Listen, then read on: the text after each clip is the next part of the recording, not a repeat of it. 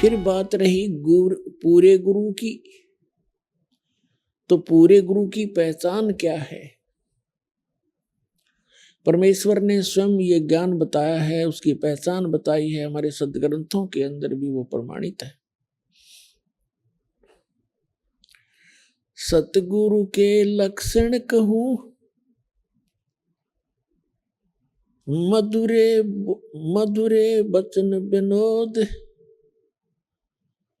चार वेद सठ शास्त्र वो कहे 18 बोध। अब क्या बताया है कि सतगुरु के लक्षण कहूं, मधुरे बैन विनोद, यानी 4 वेद 60 शास्त्र वो कहे 18 बोध। सतगुरु सब सदग्रंथों का ज्ञाता होता है। चारों वेदों का निष्कर्ष यथार्थ ज्ञान सतगुरु को ही प्राप्त होता है। और दूसरी पहचान बताई है, जो कबीर परमेश्वर का निज संत होगा, सतगुरु होगा, जो उसका कृपा पात्र होगा, जो संत मम सत शब्द दरडावे, वाह के संग सब राड बढ़ावे। ऐसे संत महंतन की करनी, धर्मदास में तो से वर्णी। मेरा जो परम संत होगा उसका दूसरा लक्षण ये होगा कि जो संत मम सत शब्द दृढ़ावे, मेरे इस यथार्थ ज्ञान को जो दृढ़ता के साथ जनता को बताएगा, उसके संग सभी राड बढ़ाएंगे, विरोध पैदा करेंगे, झगड़ा करेंगे। और कलयुग के अंदर अस संत महंतन की करनी कि इस कलयुग में ऐसी इन संत और महंतों की करनी हो जाएगी, धर्मदास में तो से वर्णी। फिर बताया है श्रीमद् भगवत गीता 30 और 34 में, 32 में कहा कि अर्जुन, अभी तक जो भी ज्ञान मैंने इस आपको चौथे अध्याय में दिया है, 25 से लेकर 31 तक श्लोकों में, तो कोई कैसी साधना करता है, कोई देवताओं की पूजा करता है, कोई स्वाध्याय करता है, गीता जी का पाठ कर लिया, वेदों का पाठ कर लिया, इस तरह की। कोई केवल योग अभ्यास ही करता है, योगासन। कोई श्वास उश्वास की क्रिया को देखता रहता है, आती जाती को। और सभी अपनी अपनी साधना को पाप नाशक जानते हैं, क्योंकि यदि उनको पता लग जाए कि साधना ठीक नहीं है तो तुरंत त्याग देंगे। चौथे अध्याय के 32वें श्लोक में कहा है कि वास्तविक जो जानकारी है, विस्तार के साथ इन यज्ञों की जानकारी, यज्ञ माने धार्मिक अनुष्ठानों की जानकारी सच्चिदानंद घन ब्रह्म की वाणी में वर्णित है, विस्तार के साथ कही है। यहाँ अनुवादकर्ताओं ने गीता अध्याय 4 के श्लोक 32 में अनुवादकर्ताओं ने गलत अनुवाद कर दिया, क्योंकि उनको तत्व ज्ञान नहीं था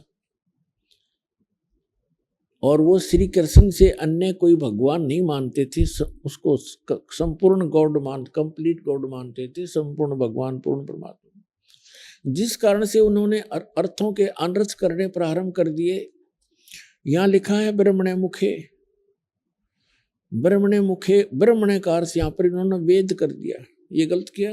गीता अध्याय नंबर 17 के श्लोक नंबर 23 में यही शब्द है ब्रह्मणे। ओम तत्सत इति निर्देश ब्रह्मणे त्रिविध समर्थ, ब्राह्मणा तेन वेदा च यगा विहिता पुरा। तो वहां इन्होंने ठीक अनुवाद किया, ब्रह्मणे माने सच्चिदानंद घन ब्रह्म कर दिया, वो सही अनुवाद किया है, वो ठीक अर्थ किया है। लेकिन यहाँ चौथे अध्याय के 32वें श्लोक में इनकी बुद्धि स्लिप कर गई, फिसल गई, क्योंकि अज्ञानी व्यक्ति कहीं ना कहीं गलती करेगा ही करेगा। तो यहां भी लिखना था ब्रह्मणे मुखे माने सच्चिदानंद घन ब्रह्म।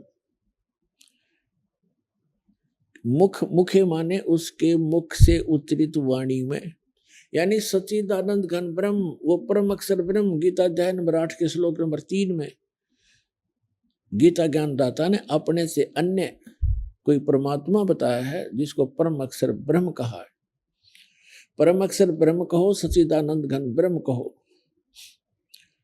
उसने सच्चिदानंद घन ब्रह्म ने अपने मुख कमल से जो ज्ञान कहा है वो तत्व ज्ञान है, और उसके अंदर धार्मिक अनुष्ठानों यज्ञों की जानकारी विस्तार के साथ कही है। चौथे अध्याय के 34वें श्लोक में कहा है, उस तत्व ज्ञान को अर्जुन तू तत्वदर्शी संतों के पास जाकर समझ, उनको दंडोत प्रणाम करने से, कपट छोड़कर सरलता पूर्वक प्रसन्न करने से वो तत्वदर्शी संत तुझे परमात्मा का, उस तत्व ज्ञान का उपदेश करेंगे। अब तत्वदर्शी संत ही परमात्मा के उस तत्व ज्ञान से परिचित होता है, वो पूर्ण सतगुरु होता है। अब इससे एक तो ये बात सिद्ध होगी कि श्रीमद् भगवद गीता के अंदर वो ज्ञान नहीं है जो तत्व ज्ञान है। नहीं तो यहाँ गीता ज्ञानदाता कह देता कि तत्व ज्ञान 17वें अध्याय में है या 16वें अध्याय में, वहां पढ़ लिए, या एक अध्याय और बना देता 19वां। तो इसलिए उसने, उसको खुद ज्ञान नहीं है, इसलिए उसने एक ऑप्शन छोड़ दिया है कि ये ज्ञान आप तत्वदर्शी संत ही बता सकते हैं, उनसे सुनो। गीता के यथार्थ विश्लेषण की जानकारी के लिए पढ़ें पुस्तक गीता तेरा ज्ञानामृत।